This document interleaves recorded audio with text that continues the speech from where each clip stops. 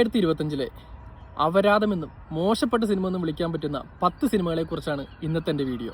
അതിൽ 10ാമത് വരുന്നത് അർജുൻ അശോകനും മാത്യു തോമസും അഭിനയിച്ച ബ്രോമൻസ് എന്ന് പറഞ്ഞ സിനിമയാണ്. വന്നവനും പോയവനും എല്ലാം അഭിനയം കൊണ്ട് വെറുപ്പിച്ച് കൈ തന്ന മോശപ്പെട്ട സിനിമ. 9ാമതായി വരുന്നത് മമ്മൂട്ടി നായകനായ ബസൂക്കയാണ്. നവാഗതനായ ഡീനോ ഡെന്നിസ് സംവിധാനം ചെയ്ത സിനിമ മമ്മൂട്ടിയുടെ അവസാനത്തെ കുറച്ച് പെർഫോമൻസ് മാറ്റി നിർത്തിയാൽ അമ്പേ പരാജയമായിരുന്നു. ലിസ്റ്റിൽ 8ാമത് വരുന്നത് ദിലീപ് നായകനായ പ്രിൻസ് ആൻഡ് ദ ഫാമിലി. നായികയായിട്ട് അഭിനയിച്ചവൾ വെറുപ്പിക്കലിന്റെ അങ്ങേയറ്റം കാണിച്ച സിനിമ. പഴയ ദിലീപിനെ ആയിരിക്കണം സംവിധായകൻ ഉദ്ദേശിച്ചത്. എന്നാൽ പഴയതും വന്നില്ല, പുതിയതും വന്നില്ല. ഒരു നിർവികാര സിനിമ. അതായി വരുന്നത് ടൊവിനോ തോമസ് നായകനായ നരിവേട്ടയാണ്. നരിവേട്ടനെ കുറിച്ച് കൂടുതലൊന്നും പറയാനില്ല. ടൊവിനോ തോമസ് എന്തൊക്കെയോ കാണിച്ചു, എന്തൊക്കെയോ ചെയ്തു പോയൊരു സിനിമ. ലിസ്റ്റിൽ 6ാമത് വരുന്നത് 150 കോടി മുടക്കി പിടിച്ച എമ്പുരാനാണ്. ഖുറേഷി അബ്രഹമായി കോട്ടും സൂട്ടും ഇട്ട് കുടുങ്ങി നടന്ന മോഹൻലാൽ 150 കോടിക്ക് എങ്ങനെ ഒരു പച്ച അപരാധം പിടിക്കാമെന്ന് പൃഥ്വിരാജ് നമുക്ക് കാണിച്ചു തന്ന സിനിമ എമ്പുരാൻ. ലിസ്റ്റിൽ 5ാമത് വരുന്നത് ഫഹദ് ഫാസിൽ നായകനായ ഓടും കുതിര ചാടും കുതിര എന്ന സിനിമയാണ്. ഫഹദ് ഫാസിൽ ഈ അടുത്തൊന്നും ഇത്രയും മോശപ്പെട്ട അഭിനയം കാഴ്ചവെച്ച മറ്റൊരു സിനിമ ഇല്ലെന്ന് തന്നെ പറയാം. ലിസ്റ്റിൽ 4ാമത് വരുന്നത് പൃഥ്വിരാജ് നായകനായ വിലായത്ത് പുത്ത.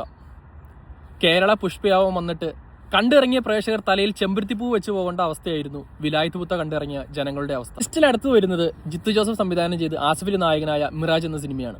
ലിസ്റ്റുകളുടെ എണ്ണം കൂടി കണ്ടിറങ്ങുന്ന പ്രേക്ഷകനെ വരെ മെന്റലാക്കുന്ന മറ്റൊരു മോശപ്പെട്ട സിനിമയാണ് മിറാജ്. 2ാമത് വരുന്നത് ദിലീപ് നായകനായ ബബ്ബബ്ബ. കഴിഞ്ഞ വർഷം ഇറങ്ങിയ സിനിമകളിൽ മലയാള സിനിമയിൽ ഏറ്റവും അപരാധമായി തോന്നിയ സിനിമയാണ് ബബ്ബബ്ബ.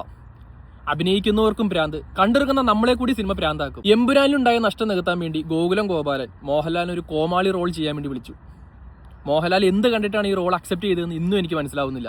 കാരണം മോഹൻലാലിന്റെ തന്നെ രാവണപ്രഭു ആയിക്കോട്ടെ, അങ്ങനെ ഒരുപാട് സിനിമകൾ, ആടുതോമിയടക്കം സ്ഫടികമടക്കം ഒരുപാട് സിനിമകൾ, അത്തരം സിനിമകളുടെ ഒരു സ്പിൻ ഓഫ് കൊണ്ടുവന്നിട്ട് ഇതുപോലെ കോമാളിത്തരം കാണിക്കാൻ വേറെ ആരെ കൊണ്ട് സാധിക്കുമെന്ന് എനിക്ക് തോന്നുന്നു. ലിസ്റ്റിൽ 1ാമത് വരുന്നത് മോഹൻലാൽ നായകനായ അന്യഭാഷ സിനിമയായ വൃഷഭം. 70 കോടി മുടക്കി പിടിച്ച സിനിമ.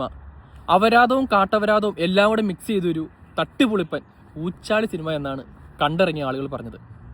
തിയേറ്ററിൽ കാണണമെന്ന് ആഗ്രഹം ഉണ്ടായിരുന്നെങ്കിലും അതിനു മുമ്പ് തിയേറ്റർ വിട്ടൊരു സിനിമയാണ് വൃഷഭം. സിനിമയിൽ വർക്ക് ചെയ്ത ആളുകളെങ്കിലും പോയി കണ്ടിരുന്നെങ്കിൽ ആ സിനിമയുടെ പോസ്റ്റർ ഒട്ടിച്ച കാശെങ്കിലും അവർക്ക് കിട്ടുമായിരുന്നു.